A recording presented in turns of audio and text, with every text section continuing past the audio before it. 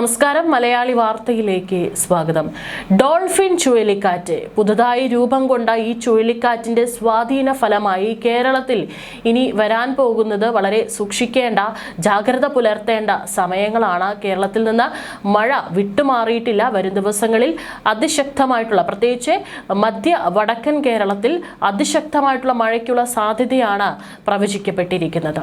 വടക്കൻ പസഫിക് സമുദ്രത്തിൽ രൂപം കൊണ്ട ഡോൾഫിൻ ചുഴലിക്കാറ്റ് ഇന്നും നാളെയും മധ്യ വടക്കൻ കേരളത്തിൽ ശക്തമായ മഴയ്ക്ക് കാരണമായേക്കുമെന്ന സൂചനയാണ് പുറത്തുവരുന്നത്. പുതുതായി രൂപം കൊണ്ട ചുഴലിക്കാറ്റിന് ഡോൾഫിൻ ചുഴലിക്കാറ്റ് എന്നാണ് പേരിട്ടിരിക്കുന്നത്. കേരളത്തിൽ ശക്തമായ മഴ തുടരുന്നതിന് പിന്നിൽ ശാന്തസമുദ്രത്തിലെ ഡോൾഫിൻ ചുഴലിക്കാറ്റിന്റെ വിദൂര സ്വാധീനമാണ് ഉള്ളത്. ഈ ചുഴലിക്കാറ്റ് നേരിട്ട് ഇന്ത്യയോ കേരളത്തെയോ ബാധിക്കില്ലെങ്കിലും പടിഞ്ഞാറ് ഭാഗത്ത് ഇന്ത്യയോട് കൂടുതൽ അടുക്കുന്നതിനാൽ കേരളത്തിൽ ഉണ്ടാകുന്ന മാറ്റങ്ങൾ കേരളത്തിന്റെ കാലവർഷക്കാറ്റിന്റെ നീക്കത്തെയും ബാധിക്കും. ഡോൾഫിൻ സൃഷ്ടിക്കുന്ന ന്യൂനമർദ്ദം കേരളത്തിലെ കാറ്റിന്റെ വേഗം കൂട്ടാനും കാരണമായേക്കും. അതായത് കേരളത്തിലും അതിന്റെ ഫലമായി ശക്തമായിട്ടുള്ള കാറ്റിനുള്ള സാധ്യതയുണ്ട്, ഒപ്പം മഴയും. ഇന്ന് പത്തനംതിട്ട, ആലപ്പുഴ, കോട്ടയം, ഇടുക്കി, എറണാകുളം, കണ്ണൂർ, കാസർഗോഡ് ജില്ലകളിലാണ് ഓറഞ്ച് അലർട്ട് പ്രഖ്യാപിച്ചിരിക്കുന്നത്. നാളെ മലപ്പുറം, കോഴിക്കോട്, വയനാട്, കണ്ണൂർ, കാസർഗോഡ് ജില്ലകളിലും ഓറഞ്ച് അലർട്ടാണ് പ്രഖ്യാപിച്ചിരിക്കുന്നത്. തെക്കൻ തമിഴ്നാട് തീരത്തെ ചക്രവാത ചുഴിയും പസഫിക് മഹാസമുദ്രത്തിലെ ഡോൾഫിൻ ചുഴലിക്കാറ്റ് ഇവയുടെ സ്വാധീനം മൂലമാണ് കേരളത്തിലെ പല ജില്ലകളിലും അടുത്ത ദിവസങ്ങളിലൊക്കെ തന്നെ ശക്തമായ മഴ തുടരാൻ സാധ്യതയുണ്ടെന്ന് കേന്ദ്ര കാലാവസ്ഥാ വകുപ്പിന്റെ പ്രവചനം. അടുത്ത 3 ദിവസവും 14 ജില്ലകളിലും മഴ മുന്നറിയിപ്പുണ്ട്. മധ്യ കേരളത്തിലും വടക്കൻ കേരളത്തിലുമാണ് ഇതിൽ അതിശക്തമായിട്ടുള്ള മഴ തുടരാനുള്ള സാധ്യതയുള്ളത്. മലയോര മേഖലകളിൽ ജാഗ്രത പാലിക്കണം. ഈ ചുഴലിക്കാറ്റ് ശനിയാഴ്ചയ്ക്ക് ശേഷം ചൈനയിൽ കര തൊടുമെന്നാണ് പ്രതീക്ഷിക്കുന്നത്. ചൈനയിൽ ഇപ്പോഴും അതിന്റെ ഫലമായിട്ട് പല ഭാഗങ്ങളിലും മുന്നറിയിപ്പുണ്ട്. ഈ ചുഴലിക്കാറ്റ് ചൈനയിൽ കര തൊടുന്നതോടെയാണ് കേരളത്തിൽ ഇത് ദുർബലമാകും. അതോടുകൂടി മഴയുടെ ശക്തി കുറയും എന്നാണ് മുന്നറിയിപ്പ്. ഇതിനു പുറമെ ഫിലിപ്പീൻസിന് സമീപത്തായി കുജീര ചുഴലിക്കാറ്റുമുണ്ട്.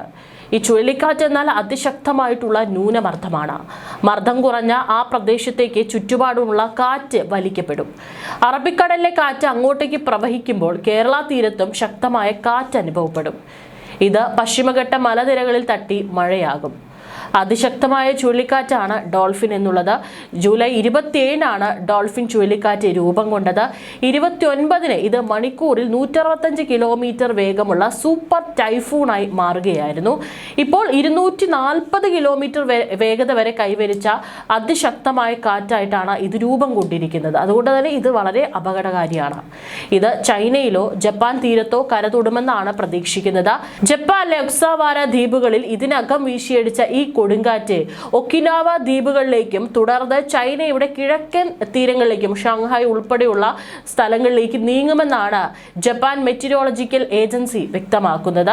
ചുഴലിക്കാറ്റിന്റെ മർദ്ദ വ്യത്യാസം കാരണം അറബിക്കടലിൽ നിന്നുള്ള കാറ്റ് പസഫിക്കിലേക്ക് വലിക്കപ്പെടുന്നു. ഇത് കേരളത്തിൽ ശക്തമായ മഴയ്ക്കും കാറ്റിനും കാരണമാകുന്നു. ചുഴലിക്കാറ്റ് കര തൊട്ട് ദുർബലമായാൽ മാത്രമേ ഇനി കേരളത്തിലെ മഴയുടെ ശക്തി കുറയുകയുള്ളൂ.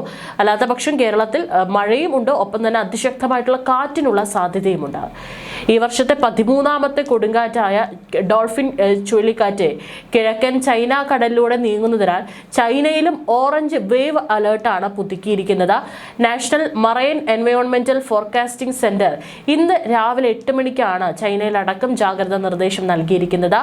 രാജ്യത്ത് തിരമാലകൾക്ക് പൊതുവെ 4 തലങ്ങളിലുള്ള മുന്നറിയിപ്പ് സംവിധാനമുണ്ട്. ഇതിൽ ഏറ്റവും ഉയർന്നതിന് റെഡ് അലേർട്ടാണ്. പിന്നീട് ഓറഞ്ച്, മഞ്ഞ, നീല എന്നിവയാണ് ചൈനയിൽ സാധാരണ നൽകാറുള്ള അലേർട്ടുകൾ. ഇന്ന് രാവിലെ മുതൽ വെള്ളിയാഴ്ച രാവിലെ വരെ കിഴക്കൻ ചൈന കടലിൽ 6 മുതൽ 10 മീറ്റർ വരെ ഉയരത്തിൽ തിരമാലകൾ ഉണ്ടാകുമെന്നാണ് മുന്നറിയിപ്പിലുള്ളത്. ഇത് കടൽ തീരത്ത് ഓറഞ്ച് അലേർട്ട് നൽകിയിട്ടുണ്ട്. ഒപ്പം ഷെജിയാങ് പ്രവിശ്യയ്ക്ക് സമീപമുള്ള തീരദേശ ജലാശയങ്ങളിലും ബ്ലൂ അലേർട്ടാണ് നൽകിയിട്ടുള്ളത്. ഈ കാലയളവിൽ 2 മുതൽ 3 മീറ്റർ വരെ ഉയരത്തിൽ തിരമാലകൾ ഉണ്ടാകുമെന്നാണ് പ്രവചിക്കപ്പെടുന്നത്. ദുരിതബാധിത പ്രദേശങ്ങളിൽ സർവീസ് നടത്തുന്ന കപ്പലുകളിലും ജാഗ്രത പാലിക്കണമെന്നും പ്രതിരോധ നടപടികൾ സ്വീകരിക്കാൻ തീരദേശ അധികൃതരോടും ആവശ്യപ്പെടുമെന്നും ചൈന മുന്നറിയിപ്പ് നൽകിയിട്ടുണ്ട്. കിഴക്കൻ ചൈനയുടെ തീരപ്രദേശങ്ങളിൽ നിവാസികൾ ഏറ്റവും പുതിയ ഈ ഒരു ചുഴലിക്കാറ്റ് പ്രവചനവും മുൻകൂർ മുന്നറിയിപ്പ് വിവരങ്ങളും സൂക്ഷ്മമായി തന്നെ പാലിക്കണമെന്നും ഈ ടൈഫൂണിന്റെ ആഘാതത്തിനായി മുൻകൂട്ടി തയ്യാറെടുപ്പുകൾ നടത്തണമെന്നും നിർദ്ദേശിക്കുന്നുണ്ട്. അതായത് ഈ ഒരു ചുഴലിക്കാറ്റ് നേരെ ചൈനയിലോ ജപ്പാനിലോ തീരം തൊടുമെന്നാണ് മുന്നറിയിപ്പിലുള്ളത്. അതുകൊണ്ട് തന്നെ അവിടെയുള്ള തീരദേശവാസികളോട് ജാഗ്രത പാലിക്കാൻ നിർദ്ദേശം നൽകിയിട്ടുണ്ട്. ഒപ്പം തന്നെ കടലിൽ വേവ് അലേർട്ടും നൽകിയിട്ടുണ്ട്. ഇനി കേരളത്തിൽ നേരിട്ട് സ്വാധീനം ചെലുത്തുന്ന പല അന്തരീക്ഷ ഘടകങ്ങളും ശക്തമായ മഴ പെയ്യാൻ അനുകൂലമാണ്.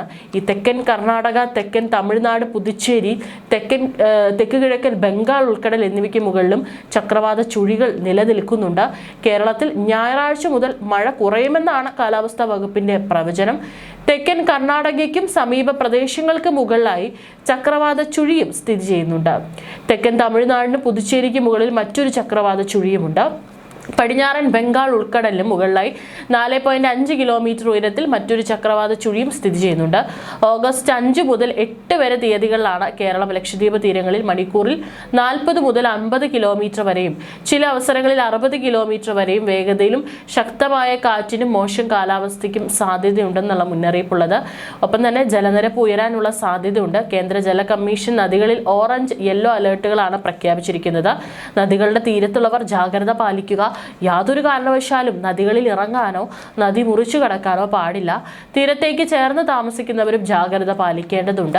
അധികൃതരുടെ നിർദ്ദേശാനുസരണം വെള്ളപ്പൊക്ക സാധ്യതയുള്ള ഇടങ്ങളിൽ നിന്ന് മാറി താമസിക്കാൻ തയ്യാറാവണം.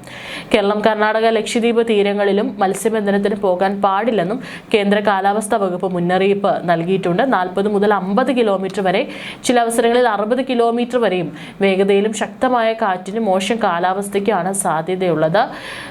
ഇന്ന് രാവിലെ വരെയുള്ള കണക്കനുസരിച്ച് സംസ്ഥാനത്ത് 462 ദുരിതാശ്വാസ ക്യാമ്പുകളിലായിട്ട് 27,048 ആളുകളാണ് കഴിയുന്നത്.